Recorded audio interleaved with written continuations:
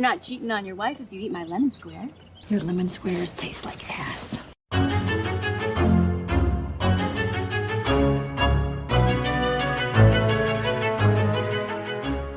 All right, and welcome back to Horror Queers. We're doing a special chat with two of the programmers of the Tribeca Film Festival for 2022. So we are joined by TribeXploitation programmer Jonathan Penner, as well as Matt Barone, who not only works with Tribeca, but also things like the Brooklyn Horror Film Festival. So gentlemen, welcome. Thank you for joining us. Yeah. Thank you. Good to be here, man. Thanks.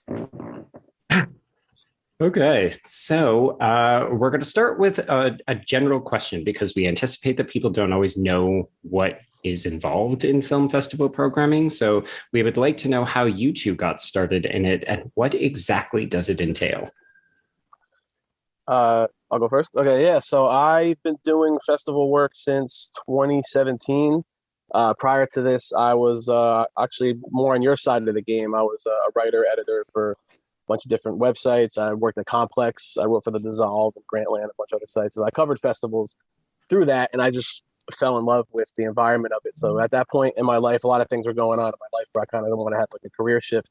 And I was like, man, I'd love to, every time I go to a festival, I'm like never happier than being when I'm there. You know what I mean? So I was like, if there's a way to make that a life choice and a career, I want to do that. So I just started kind of plugging away. I linked up with the Brooklyn Horror Film Festival, Justin Timms, who founded that. I linked up with him right when he was on the ground level of that. I got in on the ground level with that, and we started that, and that was successful. Then at the same time, I knew people at Tribeca already because I had worked on Tribeca's website as a writer and editor. So they needed some help screening genre films. They brought me in for that, and then from there, it's kind of a gradual build to getting sort of bigger role with Tribeca, and now sort of helping kind of lead Midnight to a degree. And so it was just on a whim, take a chance of like throw my whole career in jeopardy and see if I can make this work. It's festival world, and especially the festival world doesn't really have like, there's no guidebook, there's no real rules to it. There's no way to kind of like navigate it. You kind of just have to feel your way through it. And I mean, I've been doing it for, I guess it's like 5 years now, and I'm still feeling my way through it. I don't know if you ever really fully get it or settle in unless you like, you get super lucky. So yeah, so that's my story. I just took a chance on it, and I love doing it, So basically, you went to Tribeca and you were like, these Midnighters need a real revamp. Let me do it. No, you know what? The Midnight's always been good. I just saw an opportunity, especially doing Brooklyn, where like I just had a lot of people, a lot of good response doing that, and plus I covered genre film heavily as a writer for a long time. So through that, I just had made a lot of connections, and I just felt like, New York City has such an opportunity to really kind of make a strong sort of imprint on genre film space, not only when I do in Brooklyn in October, but especially with Tribeca. I mean, Tribeca being the big festival of New York, I just like, there's so much opportunity to really kind of give Midnight an even bigger platform, an even bigger imprint at the festival than it had already. And the people at the festival agreed with that and were excited about, and see what I could do with it. And I don't do it by myself. I mean, obviously it's a whole team, but they sort of seem to lean on me a lot, send me everything and get my opinion on stuff. And yeah. Okay, so before we dive more into that, Jonathan, what about you? Well, I had almost the complete opposite experience, right? I've worked as a filmmaker. My wife and I made a bunch of movies together and went to a bunch of festivals, including Sundance a couple of times and Slam Dance and festivals across Europe.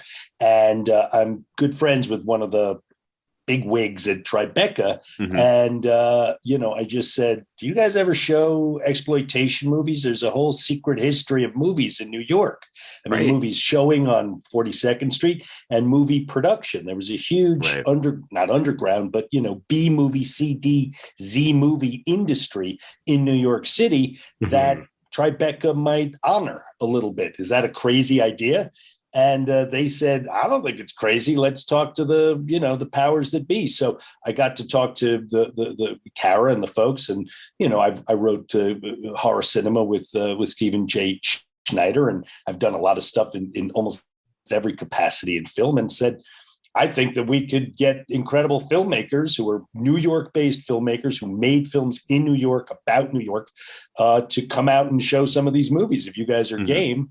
And that's what we did. We got 3 amazing filmmakers who are going to come out and show some old movies from the 80s. Incredible people. Nice. Well, So what are some common misconceptions you like people or festival goers or maybe people that don't attend festivals might have about programming one? Like, are there any hidden hurdles or issues when it comes to selecting and also then securing films for a festival? Yeah, I mean, you have to watch a lot of films. I mean, that's one thing. Across the whole festival itself. I mean, I can confirm this sort of later, but I know there's like well over 9,000 submissions. I mean, it could be even more than that. Just going off the top of my head, that's across all like shorts and features. Right. For me, I looked at this year like 260 films, I think, Okay. over the course of like 4 months, however many, like 4 or 5 months or whatever. So you watch a lot of stuff, right? So it's for me the thing that when you get down to kind of whittling it down to the 5 films that we have, I mean, you really have to love those films, right? But also, I think when you watch so many films in a row, the ones that really stick out in your mind, there's really something special there. Like it almost becomes an intuitive, kind of easier thing where, like in one given day, I could watch 3 or 4 movies, like in a row, and if one of them stands out a week later, I'm still thinking about it. I'm like, oh, there's really something there. So, there's a kind of a weird sort of flip side of like, you look at 270, 260 films, but it's not that hard to sort of see the gems, you know what I mean? Because you just watch so much in a row that when something stands out, there's really something special there. And then, for me, it's a matter of, like I said, it's by committee. Like I kind of am like the sort of the first person that sees stuff, or the one that kind of like, I think this is something interesting. The rest of you should take a look at this. And then it's a matter of getting the whole kind of group on board with it. It's like, I'm not just like, I don't have the power to just program all things on my own. Like you have to kind of get the whole team involved in it, and sort of get different takes. And then it's a matter of like sort of knowing the rest of your team's sensibilities and tastes, and sort of, and finding the films that can push through by all the people kind of getting on the same page with it. And that could be a difficult time because there's a lot of films at times that I love that may not make it through because, some other person might not respond to it. So that happens a lot. It's frustrating. Yeah, it is, but I get it. You totally get it. Also like in terms of putting a lineup together too. This year is unique because this year is all horror, which is the first time since I've been working with Tribeca that the Midnight section has been fully horror based in terms of outside of the TribeXploitation film. Right. Generally, you try to have like a balance of like, all right, so keep an eye out for some good sci-fi films, or let's hopefully we can get like we premiered Becky a couple years ago, like the little girl John Wick movie. So like that, that's something that's not horror, obviously. So you try to find that balance. It's like that genre umbrella. Yeah, exactly. You want to make sure that, especially when we only have 5 films. If we had like 10, like how Mid South by has like whatever they have 8 or 10, they have more space to do it. We have a smaller real estate. I'm hoping to expand that, over the years. That's been like one of my sort of like pet projects, is to try to get more films in Midnight. But this year we've added the exploitation films, which is great. So that expands it too. Well, and so Jonathan, because for you're dealing with a lot of more of repertory screenings, right? These aren't going to be newer films. So how do you go about selecting that? Well, honestly, a lot of the Tribeca folks did not know any of the filmmakers and any of the films that I pitched, right? And I gave them, Matt, obviously, being the exception, I pitched out 10 different people that I thought we'd have a good chance of getting, and getting their films. These are not expensive films to license. These are free screenings, by the way, for TribeXploitation. Yeah. Oh, nice. So, which is cool, right? So, I had a line on Roberta Findlay and contacted her, which was hilarious. She's like, why would Tribeca want to show my movies? These are dirty movies, And I said, that's why we got to have some dirt, get under the fingernails. And Frank Henenlotter, who hasn't moved from his apartment in almost 50 years. He lives in the West Village, and he's like, sure, great, why not? And Abel Ferrara, who was, he was the marquee name, right? If we could get Abel. And he said, fly me in from Rome and I'll do it. Sure. So we were able to get him a ticket. So it's a little bit different. I don't have to, I've seen a lot of movies, but I didn't have to watch 250 movies to pick the gems. I pitched a bunch of different people, the folks who were available, and we could get the rights to their pictures. It fell together actually pretty quickly. These are tough movies, though. It's very different. There is no committee, these pictures. So what I've had to do, and we can talk about it or not, was figure out a way to try to contextualize these pictures for a newer audience who may not know exactly what they're getting themselves into. These pictures have a lot of sexual abuse in them. And they are non-PC, non-Me Too, not politically correct in any way, shape, or form, which is both wonderful and really dates them in a lot of ways, you know. Yeah. Well, I find that really interesting. I mean, because I dealt with this with Fantastic Fest last year, where, you know, they screened a movie called The Sadness that has a lot of sexual assault in it, and that festival has a bit of history in and of itself. Yes, but the screening did not go over well, and it's like, you know, people were very upset by this film because it was marketed as like, oh, it's like a fun movie that also has lots of sexual assaults in it. So I don't know, in this era, this 2022, you know, where it's like, oh, like, I just find it interesting when it's like, okay, you're doing genre work, you're programming a genre portion of a non-genre festival, but like, yeah, how do you, I don't know, do you walk in with like, well, we're going to be dealing with stuff that isn't PC like this, so how do we make this, I don't know, okay for the festival? Well, I mean, I really struggled with that, and I came up with the idea of doing a zine.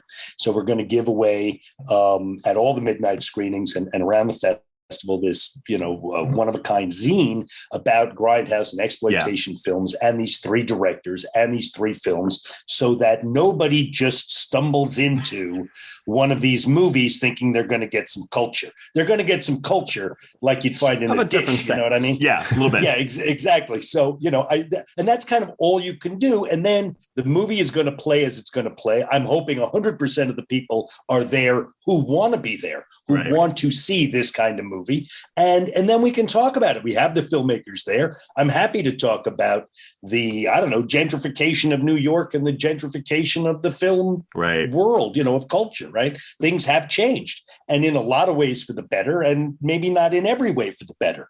But, you know, it's stuff to talk about. And that's why, as long as you can, to me, as long as we can present it openly in that way, this was made at a certain time for certain reasons by certain people, and it plays differently now. Let's talk about that, you know. And so, okay, sorry, Joe, I know I'm stepping all over our questions, but now, so moving back to Matt. No, I'm just really, because I feel like that might be easier with repertory screenings, right? Because like, oh, it was a different time. They're making like this content and whatever, and they're not being as respectful or whatever term you want to use for it. But Matt, for you, you're programming new films. So is that something you take into consideration? I mean, because my mindset is it's a genre festival. Like, you're going to see things that are upsetting. You're going to see things that are going to challenge you. But I feel like it would be harder to get something that is more, let's say, offensive if it's a new film, because it's like, well, this is 2022. You shouldn't be doing something like this, or blah, blah, blah, blah, blah. Yeah, for sure it is. This year there wasn't too many that came across that sort of touched that kind of the set. We showed The Sadness of Brooklyn, so I'm very familiar with that film too. Yeah, yeah, and that played well with us. It was interesting how Fantastic Fest had this sort of polarizing response, and it killed with us. So it's sort of, you know, unique how like where you're showing it, or the audiences specifically respond to it in different ways. You know. Yeah. But yeah, so this year there wasn't too many films that came across that way. But yeah, in the past, there's been films like one of the films I brought in a few years ago was Bliss, you know, Joe Begos' Bliss. Yeah. Oh, yeah. And that was one that I was excited to bring in because it was, you know, it's pretty aggressive, you know, it's pretty extreme. It goes for that kind of grimy, seedy nature. For me, it made perfect sense because that film should sort of go back to the exploitation stuff. I mean, he made that movie as a love letter to Driller, Killer, and Maniac, and, you know, Lustig and all that. So that film was like made to premiere in New York. So he was very excited to premiere there. And I was like, oh, this is like a perfect love letter to New York, sort of a throwback New York films. But, you know, that wasn't the kind of film that necessarily had played in Tribeca's Midnight before, you know, like that kind of aggressive, sort of seedy thing. So, you know, that took a little bit of like pushing through to get that one in. But yeah, you know, it goes back to that the sort of conversation of the committee on the team too. I mean, you have to factor in the audience and how they're going to respond to something, but you also, since it's a collective programming team, you know, there's certain people that may have issues with a certain film, you know, so you kind of have to navigate. You almost have to navigate that internally before you even get to navigate it outside of the festival, you know. So there's a kind of different sort of check marks you have to hit. This year there wasn't too many films that touched on that, but you know, it definitely is something you have to keep in mind, specifically, you know, with certain films like that. But yeah, I do love the fact that, you know, with the older films, you kind of can. You don't have to worry about that as much. And, you know, even look at the 3 films we have for exploitation, I'm sure we could have had, you know, 10 more. There's certain, like, I revisited the New York Ripper recently, you know, like Fulci's whole era of New York horror is amazing. Right. You know, like that. Imagine showing a Fulci movie to the Tribeca audiences. That would have been incredible. You know, like, so, it would be get away with that more. You know, yeah. Well, maybe next year we'll get, I mean, people are already starting to talk about what are some of the other New York based pictures that we might show. And maybe it doesn't, we don't only have to show New York pictures, but the 3 that we picked this year, and there certainly are a lot. I mean, we talked a little bit about, so many. Would De Palma come out and show Sisters, or which would be amazing. Like, I mean, Dressed to Kill is less of a grindhouse picture, but would be amazing. We could anyway. There's a lot of movies. Once you open that can of whoop ass, you got a lot of fun to play with. Well, let's stay with sort of maintaining a balance or finding a tricky sort of through line, because we're still talking about a film festival that's looking to sell tickets. Like, Jonathan, you mentioned your screenings are free, but obviously you're still looking to strike a balance. Like, you found a female director, 2 male directors. I guess I'm just wondering, how do you find that sweet spot where you're trying to give something to everyone without sort of like compromising and saying, okay, well, this movie's not that great, but we still need to find a balance? Yeah, I'll go. Yeah. That's kind of the main task that we have to do leading up to it, especially with a section, with only 5 films. You want to be very kind of conscious of not having 5 haunted house films, right? I mean, that's one thing. You sort of go into every year. It's like you may see, I may see 3 or 4 amazing possession movies, but if we already have, if we don't want to show 4 possession movies in a 5 film section, so you got to kind of be conscious of that a little bit. So you sort of, all right, what's the best one, or what's the one that we think has the most kind of, will resonate the most, like that. So you got to kind of, even when this year's section's all horror, even in that respect, we still want to make sure it's not the same kind of horror film 5 times. And this year, I think we did a good job of that, between having films from 3 different countries, having, 1 film, first-time woman director, 2 of the films have queer characters and queer, story elements. So it kind of strikes a nice sort of wide range of different sort of sides of the genre. But yeah, you definitely want to be able to, especially, somebody like me, like obviously horror has been horror in my life and I love it. And I always try to find ways to like show people that horror can be more than sort of the outsiders think it can be. You know what I mean? That's always kind of a struggle, is like trying to convince people that horror, even 2022, when it's like probably the biggest it's ever been, you still have to constantly fight that battle of like, no, it's not what you sort of haters think it is, So like with this year's section, I'm really happy that I think it's a really good representation of like what the genre can be when you sort of open it up to different POVs and new filmmaker voices, and and all the films kind of don't do what you think they're going to do. They all kind of take certain tropes and flip them a little bit. So yeah, it's a tough balance to figure out like how to keep the section diverse enough, but also make sure that you're picking the best films possible, because ultimately that's what it comes down to. You know what I mean? If like for this year, for instance, the best films we saw were all horror films, at least in my personal opinion. Hey, so by all means. So it wasn't a situation where it's like, oh, we do want to have like a sci-fi film in there, because if you approach it that way, then you're sort of diluting the program to a degree, right? So you got to kind of make sure that you're still picking the best films. Right. And so yeah, there's a lot of kind of layers to it, and a lot of balances to it, but for sure, you definitely want to make sure it's as wide of a representation of what Midnight can be as possible, while also you also, there's a lot of films I see that are kind of weird niche art house stuff that like maybe 5 other people might like, but like that kind of stuff comes around all the time. It's like, all right, well, this probably isn't right for Tribeca, because there's a bigger mass appeal sort of side to this festival, that me and like my weird friends will probably like this movie, but it's probably not going to sell a lot of tickets, and it's going to be kind of limiting to audiences. So well, that's when you just make your own film festival and you're fine. Right. And so Brooklyn Horror comes along in October. I'm like, I know just the movie for us. Like that's cherry pick that one. Yeah, exactly. And 2 birds, 1 stone. Exactly.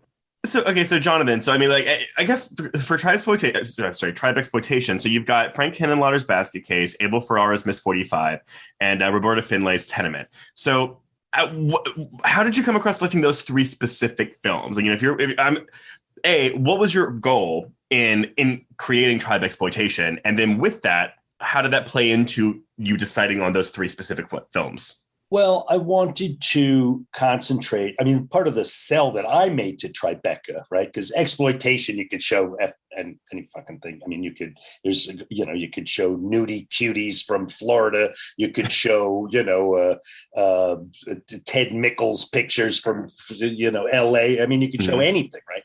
I wanted to show New York pictures shot in New York by New Yorkers about New York, Right. And so, I knew we had to have Roberta Finlay if we could get her. That was first on my list, right? Because she's an unbelievable character with an unbelievable story. We can talk about her a little bit, but so of all the pictures that we were going to show, I wanted to show the most entertaining, the best picture.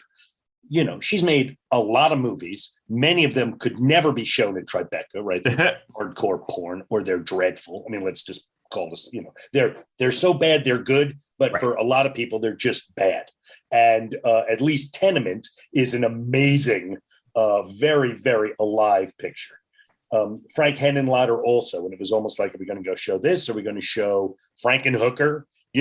And I like Basket Case better. They're both incredible movies. He's amazing. Both New York shot pictures. And that was, okay, let's pick Basket Case. It was his first picture. It's a real love letter. And I mean, it's a totally handcrafted movie. And for folks who don't know, what a handcrafted movie really looks like, watch Basket Case and you will see this movie was made with Scotch tape and a prayer, and is extraordinary because of it. It's absolutely his sensibility. It's almost like an id on film, mm-hmm. And then we sort of debated, are we going to show Driller Killer? Are we going to show Ms. 45? I think Ms. 45 is the better picture, honestly. And it's a more polished picture. Right. So, but again, all these pictures have sexual assault in them. All these pictures have revenge elements in them. I mean, if you were only going to see these three movies, you'd say, oh, well, I guess that's the common denominator in exploitation pictures. And that's not true. On the other hand, finding a good exploitation picture that doesn't have one of those elements, maybe that's what makes them exploitation pictures, are some of these very, very tough, I want to use the right word, either puerile or juvenile, very basic emotions, right? Mm-hmm. Like, let's fucking kill the bad guy. Somebody did something to me and I'm going to now kill them as harshly as possible, which is a not sophisticated approach to life, but it is but if you do it right, it taps into something that all of us hold on to, I mean, if we're honest with ourselves. So it does, exploitation pictures exploit our most base instincts to watch bare bodies doing things, bodies either dying or fucking. Very visceral stuff. Yeah. Well, exactly. I mean, it's the stuff of life. It's sex and death and fluids and real base emotion. So I got very excited and they were like, yeah, sure, let's go, Mm-hmm. So I don't know. There we go. There we have it. So Matt, you mentioned that, okay, so there's 5 midnight selections that you can make, obviously 260 potential candidates alone in a single year. But you said like some of them are a better fit for Tribeca. And then you also mentioned your other film festival that you work on. So what distinguishes Brooklyn Horror from Tribeca, and like what are the film sensibilities that make a film a better match for one versus the other? Mm-hmm. Yeah, sure. Well, I mean, just on the kind of surface level, I mean, Brooklyn Horror, we have this year, we're going to have, I don't even know how many slots we're going to have, but there's like maybe, so okay, so we have 5 films for Tribeca, you can show at midnight. Brooklyn Horror, we can show like 30, 35. So right off the bat, you have much more real estate in Brooklyn. So you can show a lot of the smaller niche stuff. You can kind of have a sort of a wider spectrum of things. Whereas with Tribeca, you have to really kind of, limit it. They're not limited. You have to sort of trim it down to the 5 best or the 5 sort of most impactful, the ones that are going to have the sort of the biggest resonance. And I think, with Tribeca too, you want to find the films that are going to just have so Brooklyn Horror, when you go to Brooklyn Horror, you're a horror fan essentially, right? I mean, right. As base as that sounds, it's in October. You're going to a horror film festival because you know what you're going to get. You're a horror fan already. With Tribeca, you got to kind of find films that, you almost have to assume you're not just, like Midnight's not only appealing to horror fans, right? Because you have the wide range of the industry in the city for the festival. You have all of New York City wants to attend Tribeca. All of New York City is looking at the program as a whole. So they're not necessarily, maybe not even looking at it through midnight. They're like, oh, this film is interesting. They don't even know what section it is, right? They're just going to see a movie, especially because we don't show midnight films literally at midnight. We actually show them at 9 and 10.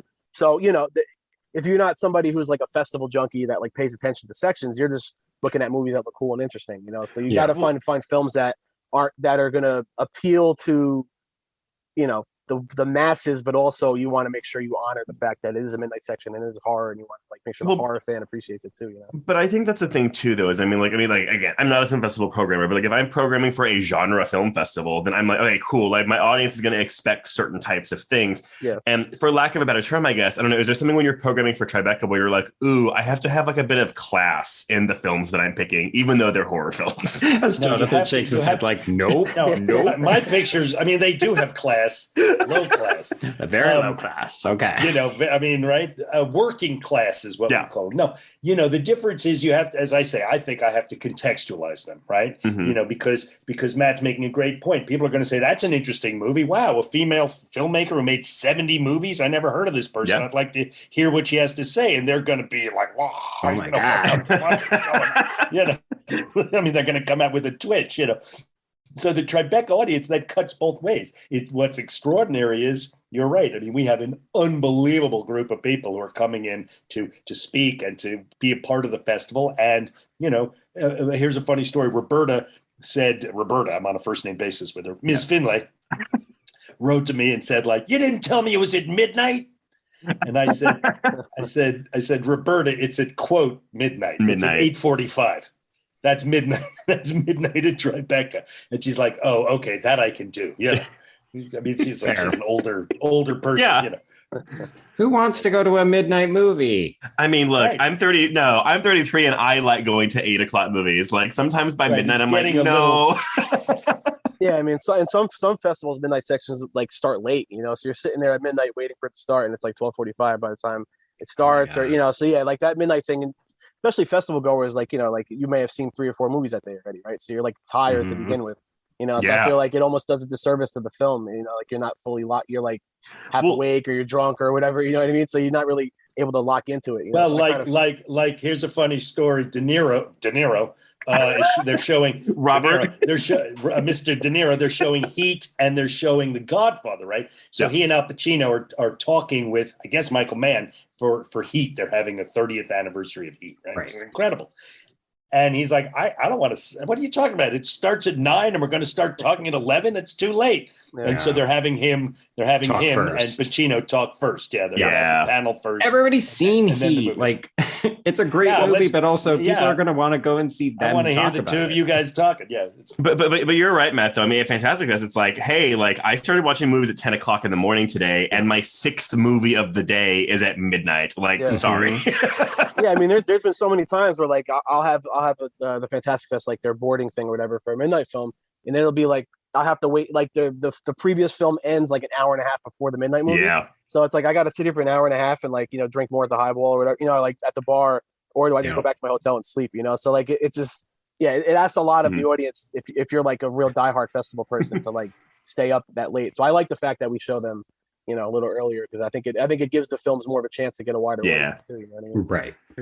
So, Jonathan, you've touched on, you know, why you wanted to have the zine, right? To add context to the movies you were showing. Why did you choose that medium specifically? Like, why not like and this isn't a trick question, I'm just curious, but like, why not like an e-newsletter? Like, why did you want to imprint like zine? well, 2 reasons. One is I don't know how to do an Fair. I'm so Zines are very old, DIY. like, I'm from the days of zines, you know. Yeah. And I love them, right? I don't know about you guys, but I mean, I'm older than all 3 of you, I'm sure. But, you know, growing up, you know, I'd go to the newsstand. There was a newsstand, and you'd look for the new Psychotronic. You'd look for the new Videoscope, you know, Phantom of the Movies Videoscope, you know. And then there'd be a lot of other zines, much smaller ones, or Cinema Fantastique, or Fangoria, or Famous Monsters of Filmland. You know, this is what I kind of grew up on. And so I wanted to create something that really felt like it was from the 80s or 90s when you might go see this movie. The funny thing is, I actually really thought I was going to do a cut and paste zine. And my kid, who's a 23-year-old who lives in Brooklyn, and their friend, who's also 23, were like, what are you fucking talking about? They couldn't even print something. And I'm like, no, you do it on a Xerox machine and then we'll staple them. And they literally thought I was a dinosaur, which I guess I am. You know, they said, we can do it online and we can. So anyway, so we did it online, and it's 48 pages with a full color covers. Yeah, that is a magazine. That is not a zine. That is a magazine. Well, it's a magazine. Well, because I got quotes from great people. I just reached out to a bunch of folks and said, tell me what you think about Grindhouse. And some of them, Jane Rosenthal from Tribeca was like, I don't know why we're talking about this shit. I don't know anything about this stuff. I mean, she wasn't mad. It was just like, what the fuck are you talking about? Whereas like Jason Blum gave me a great quote. Nate Moore from Marvel gave me a great quote, and Zach Penn. And anyway, a lot of fun people, talked about that. So it, it just grew and grew and grew, and I didn't cut anything out. I just threw it all in there and then got it printed up. So I'm very excited actually for people to get their hands on it and see what I put together. That is super fun. Okay, so I think maybe we'll start to wrap up, but I wanted to give you both an opportunity to plug your respective portions of the film festival one last time. So if you were trying to make a sell to folks, if they were either in the city or planning on coming to Tribeca, why should they make the effort to come out to the midnight section or the TribeXploitation? Matt, you ready? Yeah, I'll go first, sure. Yeah, I mean, for me, like I was saying earlier, it's just a matter of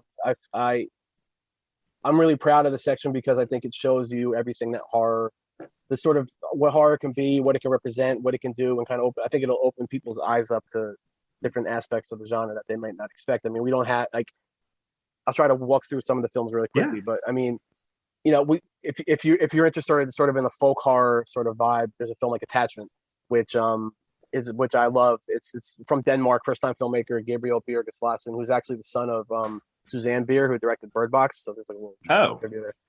Yeah, it's his first film. These two women have like a literal meet cute in a bookstore to open the film, and they really fall for each other and start dating. And it sort of starts out as kind of like a rom-com, but then it builds and builds into more of a sort of a folk horror nightmare, sort of in like the Jewish folk horror mythology sort of world. But it's but the first like half of it is just these two of like the two lead actresses have great chemistry. It's a really kind of charming rom-com where you sort of fall in love with these two women, and it sort of shows you the kind of sides of horror where the character-based horror that some of the best films work when you actually care about the characters, but like these ones you sort of realize once the horror kind of appears in like the second half, you're like, oh wow, I want these women to make it. I'm really right. It's that kind of film, and that's a side of horror that some people might not sort of fully understand or appreciate. So there's that. Then there's a film like Family Dinner from Austria, which is like much more in the Good Night Mommy sort of like sterile, cold, bleak, brutal, kind of punishing. Like nobody gets out, scot free. Like you sort of leave that film feeling very kind of like like relentless. Yeah, so it sort of shows those different sides. Then you have a film like Travis Stevens' A Wounded Fawn, which I'm sure you guys are familiar with Travis. Yeah, his previous films. This is by far his craziest film. It's him taking some of the biggest swings I've seen anybody taking all year. Wow. It sort of starts off as a serial killer thing with Josh Rubin, the director of Werewolves Within, Who Scare Me. He stars as a serial killer who his next potential victim is this woman who's coming out of an abusive relationship, and she's sort of sworn off dating, but she meets him and she's like, oh, maybe I'll give dating a try again. This guy seems really nice and charming. So he decides to take her to his like sort of Art Deco inspired sort of isolated house up in the woods as to make her his next victim. This is all like the first 25 minutes. And from there, it's just something goes completely haywire. Next hour is a complete like mind fuck, sort of like Greek mythology inspired crazy descent into like really weird hallucinogenic stuff. So that's like a big crowd pleaser kind of film. And that's sort of one like Travis is really excited that he's in the same program as like Abel Ferrara, and right. Because this is his like craziest film. So he's like, it's sort of a modern take on that kind of like anything goes sort of spirit of those earlier films. Of our midnight films, it's the closest in spirit to exploitation film. So so long story short, it's just I think the section sort of shows you everything that horror can be in a different sort of styles and vibes of it.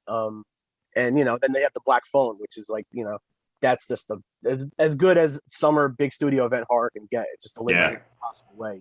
Yeah, I mean, like they were confident enough to move it from February to June. Oh yeah. So it's just like if you I love Sinister, and it's those guys back in the Sinister headspace, and it's just people sometimes sort of poo big studio horror. Right? Although lately it's been getting better, and it's been pretty good lately. But this is like the cream of the crop of a wide release summer event horror film. So I'm really happy that we got that. And then the last one is Hiwa Serra is a debut from this filmmaker Michelle Garza Cervera from Mexico.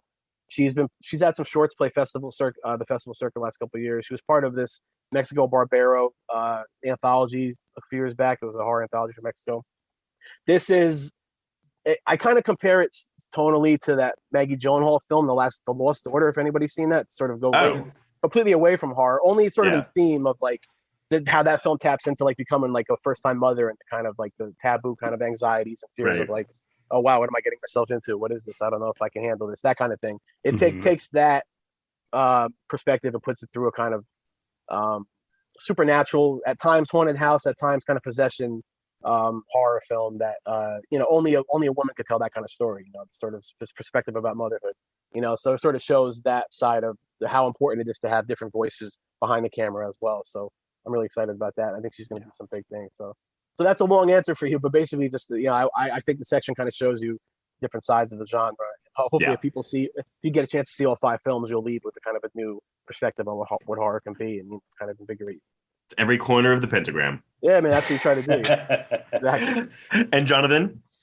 My pitch would be, look, if you're watching this, you're already 90% of the way there. Yeah. You may have seen these movies, heard of these movies. If you haven't seen them on the big screen with other folks, it's really an experience to have.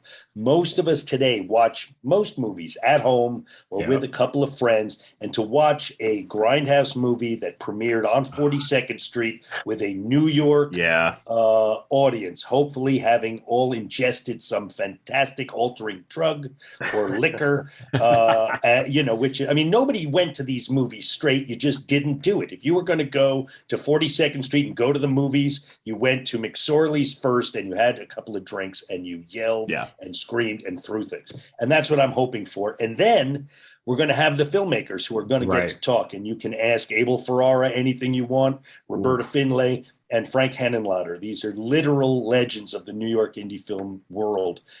And we'll tell a little bit about their stories. I don't think a lot of people know Finlay's story. I mean, she made 70 movies. She was a part of 70 different feature films in every single capacity, from DP, director. She was a distributor, music supervisor, and actress. Quite an extraordinary character.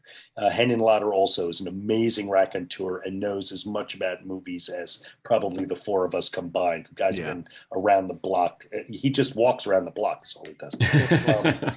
Anyway, so if you want to have a good time at the movies, I mean, a really good time, please come and see That's TribeXploitation. And I want to reemphasize too, watching a film like an exploitation film with a crowd is always really fun. This is the Draft House did a screening of John Waters' Desperate Living a few months ago here in Austin, but like half the theater hadn't seen it. And that's a movie that is very un-PC. And it's always really fun when you're watching a movie like that with a crowd to be like, the first thing that happens and you're like, okay, this is, are people going to laugh or are they not? And then when you hear it, it's okay to laugh. I can do this.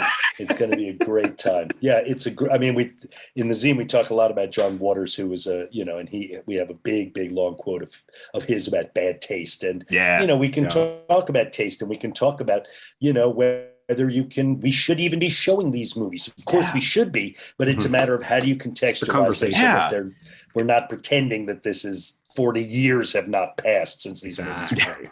That's awesome. That's awesome.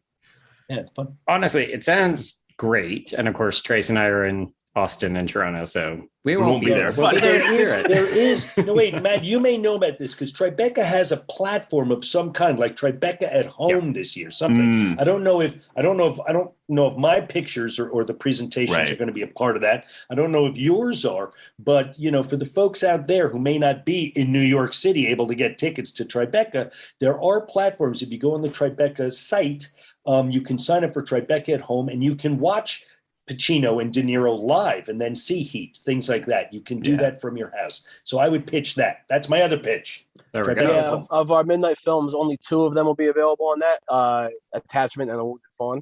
So Travis's film and the other the film from Denmark. Yeah. But yeah, they're both well worth your time. If you're not able to make a trip to New York, you'll get the craziness with Travis and the more kind of grounded character sort of Travis is character driven too, but Travis's like far out movie, right? And then but I think Attachment's more of the kind of the sort of sneaky rom-com turns into a folk horror nightmare. Yeah, right. I think just one last thing. I think it's like $25 for the cheapest version of Tribeca at home. You know, I mean that's not nothing, but you know, compared to a trip to New York, it's really fun.